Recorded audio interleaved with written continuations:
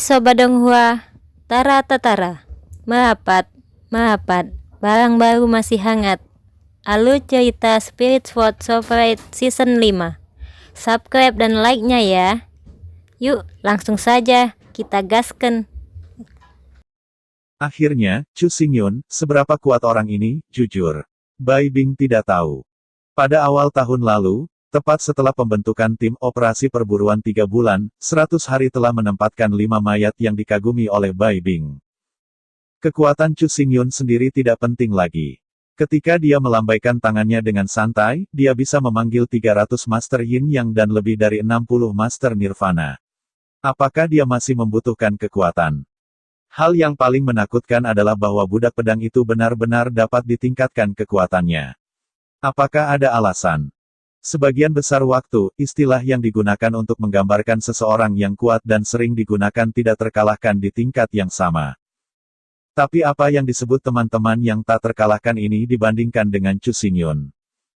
Keadaan Chu Xingyun pada waktu itu hanya Yin dan Yang, tetapi di antara gelombang tangan, 300 Tuan Yin dan Yang, 60 Tuan Nirvana, dan 5 Tuan Nirvana dari surga ke-9, muncul seketika. Itu sudah menjadi kekuatan yang cukup untuk menantang Kaisar Wu, dan itu lebih dari yang bisa digambarkan oleh rekan-rekan yang tak terkalahkan. Dapat dikatakan bahwa dalam hal kekuatan keseluruhan, tidak ada yang terlalu kuat kecuali Gu Men, Chu Xingyun, dan Sui Liuxiang. Tetapi jika Anda mengatakan satu item, itu sama sekali berbeda. Yeling tidak tertandingi dalam hal kekuatan penyembuhan. Pada kemampuan penyelidikan, Bu Fan bahkan tidak memperhatikan Kaisar Wu. Ketika sekelompok anak muda dengan karakteristik berbeda berkumpul bersama tanpa keterikatan kepentingan, dan dengan tulus bersatu menuju tujuan, apa probabilitas keberhasilan? Untuk tebakan ini, Bai Bing punya jawaban, dan jawabannya membuatnya sangat bahagia. Namun, semua ini berpusat pada Chu Xingyun, kecuali Chu Xingyun, tidak ada siapa-siapa yang bisa menyatukan semua orang tanpa terburu-buru. Bahkan jika Sui Liuxiang tidak bisa melakukannya, jika tidak, mereka bertiga tidak akan berhenti. Kali ini, Bai Bing, Bu Fan, dan Yeling tidak membahas Sui Liuxiang, tetapi secara langsung mengumumkan penarikan mereka. Tetapi jika Chu Xingyun ada di kantor, siapa yang berani melakukan peledakan? Bahkan sekarang, selama Chu Xingyun mengatakan, mereka akan kembali dengan patuh dan jujur berpartisipasi dalam permainan. Tetapi pada kenyataannya, Chu Xingyun tidak akan pernah melakukan ini, ia menghormati setiap pilihan semua orang. Karena itu, semua orang sangat mendukungnya dan sangat mencintainya. Setelah berpikir berulang-ulang, Bai Bing akhirnya mempertimbangkan secara komprehensif dan berkata dengan penuh semangat. Bos, Anda berkata, apa yang harus saya lakukan selanjutnya? Menghadapi pertanyaan Bai Bing, Chu Xingyun tidak bisa membantu tetapi tertegun. Apalagi yang bisa saya lakukan? Apakah Anda akan melakukan bisnis? Lalu pergi. Melihat kosong ke arah Chu Xingyun, Bai Bing sedikit bingung, bukankah dia hanya mengatakan bahwa bisnis tidak bisa menjadi seorang kaisar? Tapi setelah berpikir sebentar, Bai Bing mengerti. Apa yang disangkal Chu Xingyun bukanlah bisnis itu sendiri, tetapi tujuan bisnisnya. Jelas merupakan lelucon untuk ingin mendapatkan uang dengan melakukan bisnis, membeli bahan, dan kemudian mencapai Kaisar Zun. Tetapi melakukan bisnis itu sendiri diinginkan. Sangat disarankan untuk mendapatkan banyak uang dan membangun kekuatan Anda sendiri melalui bisnis. Apa yang dikhawatirkan Chu Xingyun adalah bahwa Bai Bing memiliki uang di matanya dan berubah menjadi pencatut keuntungan. Dalam hal ini, dia salah. Bahkan jika dia memberi Bai Bing uang dunia, dia tidak bisa membeli kaisar.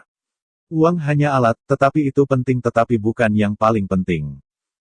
Bai Bing ingin menjalankan sebuah tim dengan Chu Xingyun sebagai intinya. Apa yang disebut bisnis hanyalah masalah tim. Yang disebut semua orang adalah saya adalah semua orang, ini adalah satu-satunya cara untuk mencapai rasa hormat kaisar. Hanya ketika semua orang di tim ini bersatu, barulah mungkin untuk merebut peluang dengan tajam ketika ada kesempatan, mengalahkan semua musuh lain, dan merebut satu-satunya peluang.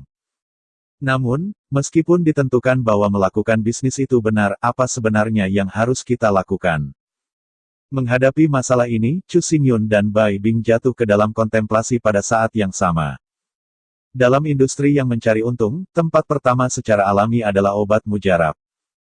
Namun, di dunia Qian Kun, pil medicine pada dasarnya dimonopoli. Semua sumber daya dimonopoli oleh 5 universitas. Bahkan jika mereka punya uang, mereka tidak diizinkan beroperasi. Faktanya, bukan hanya dunia alam semesta, bahkan benua roh sejati obat mujarab juga dimonopoli, seperti pil roh surgawi, yang hanya dapat dikuasai oleh 6 sekolah besar tahun ini. Dengan status Chu Xingyun dan rombongannya saat ini, eliksir tidak perlu memikirkannya, tanpa bagian mereka. Setelah penolakan terhadap eliksir, industri pencatutan terbesar kedua adalah yang umum bagi semua senjata dunia. Perdagangan senjata masih dimonopoli, tetapi monopoli di sini tidak berarti bahwa tidak ada yang diizinkan untuk memperbaikinya. Perdagangan senjata memonopoli bahan tingkat tinggi, sebagai bahan strategis yang paling penting, bahan tingkat tinggi terlalu dikendalikan. Tunggu. Tiba-tiba mengerutkan kening, Chu Xingyun tiba-tiba memikirkan sesuatu. Meskipun, secara umum, memperbaiki senjata tingkat tinggi membutuhkan bahan berkualitas tinggi, untuk apa Chu Xingyun meraba-raba bukanlah penggunaan bahan tingkat rendah untuk memperbaiki artefak kerajaan, atau bahkan seni kerajaan. Meskipun artefak yang dimurnikan dan kerajaan sangat rendah dalam kekuatan dan pada dasarnya sekali pakai, tetapi di lengan, yang satu kali tidak selalu tidak berharga. Belum lagi, jika panah satu kali dapat disempurnakan, itu pasti akan dikembangkan. Di antara dua pasukan iblis adalah yang tertinggi di tanah, tidak peduli iblis atau ras manusia, mereka tidak dapat menghadapi pasukan darat iblis secara langsung. Suku iblis adalah penguasa di udara, dan kekuatan udara dari suku iblis adalah yang paling sakit kepala bagi manusia dan suku iblis.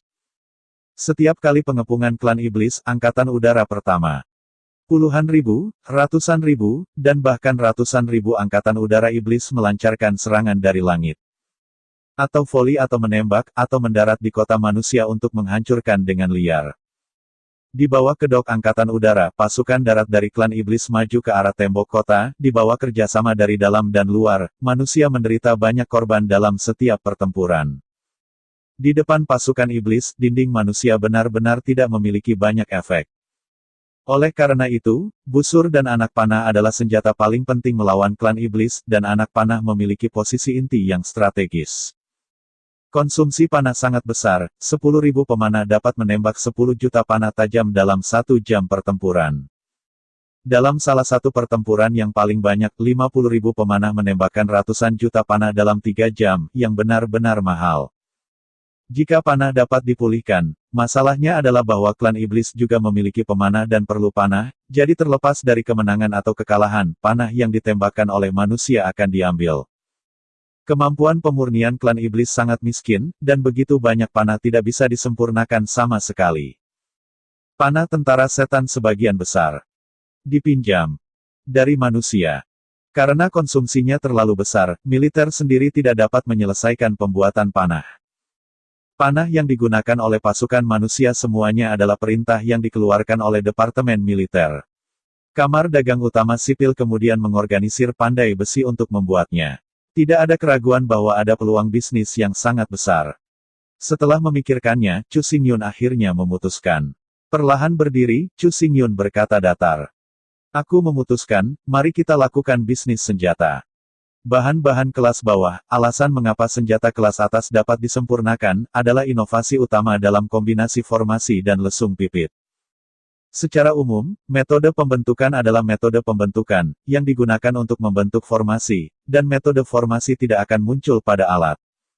Demikian pula, garis-garis tidak akan muncul dalam formasi. Meskipun tidak dapat dikatakan absolut, aturan dasarnya adalah ini. Dan metode pembuatan senjata kelas atas dengan bahan kelas bawah ini adalah kombinasi sempurna antara formasi dan lesung pipit. Sederhananya, ia menggunakan metode arai untuk menghubungkan berbagai garis untuk membentuk keseluruhan yang indah. Garis-garis padat, yang lebih padat dari jaring laba-laba, dipagari satu demi satu, melalui garis-garis itu, fungsi garis digabungkan secara organik untuk menghasilkan senjata kelas atas. Kerja luar biasa. Metode ini mengejutkan Chu Xingyun. Dalam formasi, Chu Xingyun benar-benar cakap.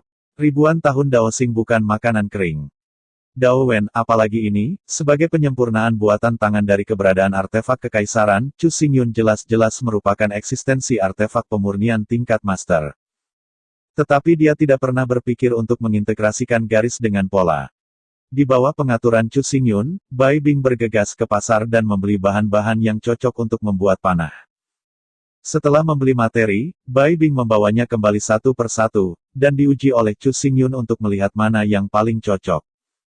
Di sisi lain, Chu Xingyun tidak menganggur, dan bergegas menuju dealer mobil sesegera mungkin. Alasan pergi ke dealer mobil bukan untuk menyewa gerbong, atau membeli gerbong baru. Sebenarnya, Chu Xingyun ingin mencari tahu, dari mana kereta dengan Kaisar 9 butir berasal. Saya bergegas ke toko mobil dan meminta sedikit, dan mendapat jawaban yang ingin dia ketahui. Kereta itu berasal dari makam kuno Kaisar Wu Huang, bukan hanya kereta yang digali, tetapi juga sejumlah besar buku, serta sejumlah besar alat kerajaan sekali pakai dan bahkan alat kerajaan. Mulai sekarang, artefak kerajaan dan kerajaan telah digunakan satu demi satu dan rusak, hanya menyisakan kereta dan buku-buku itu. Tak perlu dikatakan, kereta telah dibeli oleh Chu Xingyun. Adapun buku-buku itu, mereka diperlakukan sebagai dekorasi dan diatur dengan rapi di rak-rak di kereta. Jika bukan buku-buku antik, ia memiliki efek dekoratif yang kuat, saya khawatir buku itu akan dibuang jauh-jauh hari. Untuk pemilik emas besar seperti Chu Xingyun, bos dari dealer mobil meminta Chu Xingyun 100 juta lingshi. Awalnya, bos dealer mobil juga berencana untuk menunggu Chu Xingyun untuk tawar-menawar, tetapi dia tidak pernah berpikir bahwa Chu Xingyun tidak membayar apa-apa, dan kemudian membayar semua buku langsung ke ruang reinkarnasi. Bagi Chu Xingyun, uang sama sekali bukan masalah, buku-buku ini akan memungkinkannya untuk mengambil banyak jalan memutar dan menghabiskan banyak waktu. Kalau tidak, jika semuanya dipelajari oleh Chu Xingyun dari awal, tidak mungkin selama ribuan tahun untuk memilah petunjuk. Ada lebih dari 23.000 eksemplar buku-buku ini secara total, pada dasarnya, Chu Xingyun dibeli dari 5.000 batu roh. Harga ini tidak perlu ditawar sama sekali. Jika Anda benar-benar dapat berhasil dalam penelitian Anda, semua upaya Anda saat ini akan diperoleh kembali 10 juta kali, atau bahkan miliaran kali. Waktu berikutnya, Chu Xingyun memasuki kondisi mundur lagi. Di ruang reinkarnasi, Chu Xingyun menghabiskan seluruh waktunya untuk belajar kecuali latihan 3 jam 3 pedang. Dia telah membaca lebih dari 23.000 buku sejak lama. Untungnya, setelah pembaptisan Jiu Hun dan 30.000 ligas ungu, kecerdasan Chu Xingyun dikembangkan hingga batas manusia, dan bahkan melebihi tingkat manusia. Mulai sekarang, Chu Xingyun masih bisa mengingat hal-hal dalam keadaan 1 baris dan 10 baris. Namun meski begitu, lebih dari 23.000 buku masih terlalu banyak, terlalu rumit, dan banyak buku yang tidak berguna atau tidak relevan, yang mengharuskan Chu Xingyun menghabiskan waktu untuk mencerna, menyerap, memahami, dan mengatur. Tidak hanya membaca buku, di bawah perintah Chu Xingyun, Bai Bing juga pergi ke perpustakaan utama untuk membeli sejumlah besar buku yang berkaitan dengan formasi dan pola. Melihat Chu Xingyun begitu terpesona, Bai Bing tidak bisa tidak bertanya-tanya, apakah buku-buku ini begitu indah. Diragukan, ketika Bai Bing dalam perjalanan, dia juga membalik dan melihatnya, dia tidak memikirkannya, tidak apa-apa untuk melihatnya, pada pandangan pertama, Bai Bing juga terpikat. Bai Bing tidak tertarik pada hal-hal seperti lesung pipit, dia juga tidak tertarik pada penyulingan. Tetapi untuk formasi, Bai Bing sedikit terpesona. Cara pembentukannya sungguh menakjubkan. Dalam formasi yang paling dasar, hanya beberapa batu kecil yang diperlukan, dan bandul seperti itu terhuyung, yang dapat dengan segera membiarkan hewan-hewan kecil tersesat dan pergi mati di tempat yang sama. Beberapa yang lebih tinggi dan lebih dalam akan perlu menggunakan batu roh untuk mengayunkan arai, setelah dipicu, langit akan berantakan dan kekuatan akan tak terbatas. Adapun tingkat atas, tak perlu dikatakan bahwa medan perang Tongtian itu sendiri adalah arai hantu majemuk, dan kehalusannya benar-benar setara dengan menciptakan dunia baru di dunia spiritual. Bingung, ilusi atau semacamnya, Bai Bing tidak terlalu tertarik. Yang paling menarik bagi Bai Bing adalah pembunuhan. Atribut Bai Bing ringan, Wuling adalah tikus putih, dan bakat Wuling adalah doppelganger. Doppelganger ini bukan pantom doppelganger, tetapi kondensasi skizofrenia menjadi kubah yang persis sama dengan tubuh. Doppelgangers bukan ilusi, tetapi ada dalam kenyataan, dan tidak berbeda dengan ontologi. Bahkan dapat dikonversi kapan saja. Seni bela diri Bai Bing adalah seni bela diri 8 peringkat, dan bakat seni bela diri adalah tingkat prefektur, yang dapat menyingkat 8 avatar. Jika itu adalah bakat Tian Wuling, ia memiliki 9 avatar, tetapi untuk Bai Bing, 8 sudah cukup. Cukup beralasan bahwa memiliki 8 avatar bela diri harus super tirani. Tetapi kenyataannya bukan itu masalahnya, roh bela diri tikus putih terlalu lemah, dan kemampuan tempurnya sangat lemah. 1 tikus lemah dan 8 tikus tidak kuat. Oleh karena itu, bahkan dengan 8 avatar, kemampuan bertarung Bai Bing masih sangat lemah. Namun, jika Anda dapat mempelajari dan menguasai formasi, semuanya akan sangat berbeda. 8 avatar, bekerja sama dengan dewa, dapat segera mengatur formasi besar, atau bahkan membunuh formasi. Setelah pertempuran selesai, sulit untuk mengalahkan Bai Bing lagi. Metode formasi adalah tentang melawan kebijaksanaan, bukan melawan kekuatan. Begitu Bai Bing benar-benar memasuki Tao, situasinya menjadi rumit. Kecuali kecerdasan, atau pencapaian dalam barisan melampaui Bai Bing. Atau mungkin kekuatannya cukup untuk menghancurkan Bai Bing, dan Anda dapat menerobosnya dengan paksa, jika tidak, Bai Bing hampir tak terkalahkan. Namun, tidak begitu mudah untuk memasukkan Tao dengan formasi, yang membutuhkan sejumlah besar buku untuk memberikan pengetahuan tentang formasi, dan juga membutuhkan mentor yang berpengetahuan untuk memecahkan teka-teki. Jika Anda hanya mengandalkan diri sendiri untuk mengetahuinya, bahkan jika Anda mati, itu pasti tidak akan menjadi iklim yang besar. Hanya butuh 50 juta tahun untuk satu baris untuk belajar, dan 50 juta tahun eksplorasi dan penelitian berkelanjutan oleh ratusan juta leluhur mengumpulkan banyak pengetahuan dan hukum lini. Jika Anda ingin mengandalkan kekuatan satu orang untuk mengeksplorasi dan menyortir dari awal, bahkan kaisar, sulit untuk mengetahuinya. Setelah Chu Xingyun, Bai Bing juga menjadi kutu buku. Ketika dia bergegas setiap hari, sebelum tidur, dia tidak bisa melepaskan kertas. Bai Bing, yang membeli semua buku tentang garis pertempuran, harus membacanya dulu dan kemudian memberikannya kepada Chu Xingyun. Kecerdasan Bai Bing, tentu saja. Bai Bing memiliki potensi tingkat kaisar, dan potensi ini adalah kekuatan spiritual. Kekuatan mental dan kecerdasan bersifat proporsional, meskipun tidak mutlak, tetapi Bai Bing tidak terkecuali. 1 baris dan 10 baris, jangan pernah lupa ini adalah standar untuk jenius. Butuh waktu 1 bulan dan 1 tahun penuh di ruang reinkarnasi. Chu Xingyun akhirnya membaca semua buku dan mencerna dan menyerap sepenuhnya. Serangkaian disiplin yang menggabungkan simbol-simbol arai dan pola Dao tidak dirintis oleh Kaisar Wu Mu kuno. Bahkan, dia hanya ahli waris. Disiplin ini telah ada jauh sebelum era prasejarah, yaitu, sebelum manusia memiliki catatan sejarah. Sejauh 50 juta tahun yang lalu, manusia menemukan 12 loh batu dari monumen prasejarah yang mencatat simbol dan pola arai. Ke-12 monumen batu ini adalah asal-usul peradaban manusia, dan disebut oleh manusia, 12 monumen surgawi. Ke-12 monumen batu ini benar-benar berbeda dari yang dibayangkan oleh orang biasa. Menurut catatan, masing-masing dari 12 loh batu setinggi 100 kaki, tetapi teks di atasnya sangat kecil. Ribuan buku dapat dicetak dan dicetak pada setiap tablet batu. Total 12 tablet batu dapat mencetak 12.000 buku. Pembentukan manusia, dan cara penyulingan, dimulai dari catatan pada 12 loh batu. Pada saat itu, manusia dibagi menjadi 3 faksi utama. Fraksi pertama memilih untuk mempelajari posisi, jurusan formasi. Kelompok kedua memilih untuk mempelajari lesung pipit, mengambil jurusan lesung pipit. Faksi ketiga adalah mengolah keduanya, mengambil jurusan rune.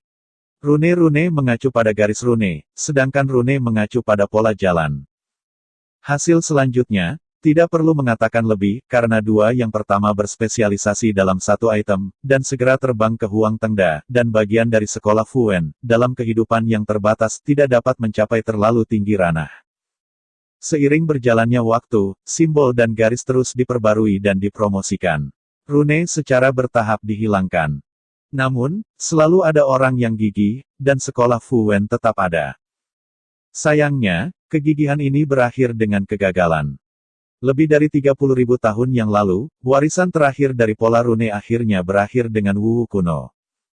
Menutup buku terakhir dengan lembut, Chu Xingyun menghela napas untuk waktu yang lama tanpa berbicara.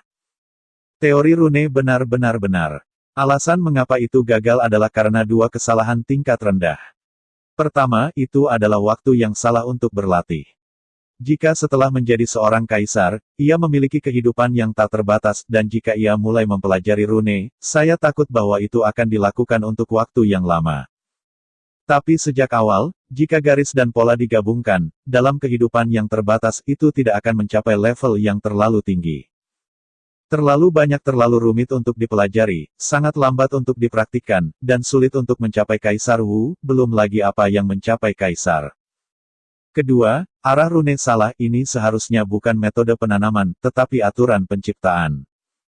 Jika Anda memisahkan kultivasi dari pengetahuan, Anda tidak akan gagal menjadi seorang kaisar. Melihat lebih dari 20 rak buku besar yang diisi lebih dari 23.000 buku, Chu Xingyun menghela nafas tanpa sadar. Lebih dari 20.000 buku ini adalah cara untuk menjalankan pola, dan nilai lebih dari 50 juta tahun kearifan benar-benar tidak dapat diperkirakan. Yang paling menggairahkan Chu Xingyun adalah bahwa buku-buku ini benar-benar berisi total 12.000 sampah. Itu benar, 12.000 buku ini adalah aslinya yang dicetak dari 12 tablet batu. Nilai ini terlalu tinggi. Bahkan ketika mereka dijual sebagai peninggalan budaya, mereka pasti bernilai banyak. Namun, Chu Xingyun pasti tidak akan menjual. Walaupun hal itu sudah ada dalam pikiran saya, hal-hal yang ada dalam pikiran saya tidak dapat diwariskan kepada generasi mendatang, bahan-bahan berharga dari awal peradaban manusia ini cocok sebagai pusaka. Setelah mencerna dan menyerap semua pengetahuan, langkah selanjutnya adalah berpikir dan mengaturnya, dan mengubah pengetahuan menjadi produktivitas. Pada saat ini, Bai Bing telah membeli sejumlah besar bahan. Bahan-bahan ini murah, bahan-bahan umum yang cocok untuk membuat panah. Selain material, berbagai panah yang digunakan oleh militer juga telah mengumpulkan beberapa sampel. Chu Xingyun mulai bereksperimen dengan semua bahan di ruang reinkarnasi. Panah dibagi menjadi 3 bagian, yaitu panah, panah-panah, dan panah bulu. Melalui inspeksi berulang, panah yang digunakan oleh militer pada dasarnya adalah material biasa dengan stabilitas yang sangat kuat. Di antara mereka, panah adalah panah segitiga besi halus, poros panah terbuat dari kayu panah, dan bulu panah adalah bulu angsa. Biaya keseluruhan panah tidak tinggi, hanya material biasa. Karena konsumsinya terlalu besar, biaya telah dikompres hingga hampir batasnya. Jika Anda ingin menekan biaya, itu hampir tidak mungkin. Jika Anda melakukannya dengan enggan, itu pasti akan mengurangi kinerja panah. Di dunia surga dan bumi, perang antara manusia dan setan telah berlangsung puluhan ribu tahun. Panah adalah sumber daya strategis yang paling penting ketika melawan klan iblis. Oleh karena itu, hingga saat ini, produksi panah telah menjadi sangat matang, dan sangat sulit untuk mengubah satu poin lagi. Terlepas dari bahan panah, ukuran poros panah, dan panjang dan sudut bulu panah, mereka sudah sempurna, hampir sempurna. Sekarang panah itu sendiri sudah sempurna, Chu Xingyun menyerahkan penggantian bahan dan transformasi panah, tetapi langsung melanjutkan dari jalan rune itu sendiri untuk secara langsung meningkatkan kekuatan panah. Mulai sekarang, Chu Xingyun memiliki pemahaman yang sangat dangkal tentang cara rune. Meskipun Anda harus tahu semua yang Anda ketahui, mengetahui dan melakukan adalah dua hal yang berbeda. Setelah meraih panah militer, Chu Xingyun mengambil pisau pahat dan menggambarkannya di panah. 3 putaran cepat dari pisau pahat itu secara instan menjabarkan susunan emas yang tajam. Arai emas yang tajam dapat merangsang ketajaman logam, membuat panah lebih tajam, dan tembus. Selanjutnya, pisau pahat Chu Xingyun berjalan jauh ke bawah, dan di bawah ular naga, dia mengukir hembusan angin pada poros panah. Arai ledakan dapat mendesak kekuatan ledakan untuk mendorong panah ke depan, membuat panah terbang lebih cepat dan lebih jauh, dan dampak dan penetrasi secara alami akan lebih kuat. Akhirnya, pisau sampai di ujung panah, yang merupakan posisi bulu panah. Di antara 3 angin puyuh di tangan, angin puyuh meledak. Arai angin puyuh dapat mendesak angin puyuh, memungkinkan seluruh panah berputar dengan kecepatan tinggi, sekaligus meningkatkan stabilitas panah, sementara juga sangat meningkatkan daya tembus. Arai emas tajam, arai ledakan, arai angin puyuh, 3 inisial kecil ditumpangkan pada tumpukan panah ini bukan lagi hal biasa. Meskipun itu masih bukan senjata kerajaan, itu jelas merupakan harta karun. Setelah panah dibuat, langkah selanjutnya adalah menguji kinerja. Untuk menghindari kekhasan, Chu Xingyun membuat 100 panah harta karun yang berhenti. Setelah meninggalkan ruang reinkarnasi, Chu Xingyun memanggil Bai Bing, mengambil busur, dan mulai mengujinya. Tes pertama adalah panah biasa. Di bawah tatapan Chu Xingyun, Bai Bing membengkokkan panahnya dan menembak ke arah target. Aduh, ya. Bayangan panah melintas dan sekitar 2 detik kemudian, suara teredam terdengar dari target yang jauh. Setelah merekam waktu penerbangan panah, Bai Bing berharap dapat mengambil panah yang dibuat oleh Chu Xingyun dan meletakkannya di busur. Mengambil napas panjang, Bai Bing sekali lagi menekuk busur dan panahnya, dan mengarahkan panah ke target yang jauh. Aduh, ya. Dideru, panah bercabang menjadi tenda hitam, langsung ke target di kejauhan. Memalingkan kepalanya dengan terkejut, Bai Bing berkata dengan kosong. Kecepatannya tampaknya sama. Bahkan, jauh lebih lambat dari yang terakhir.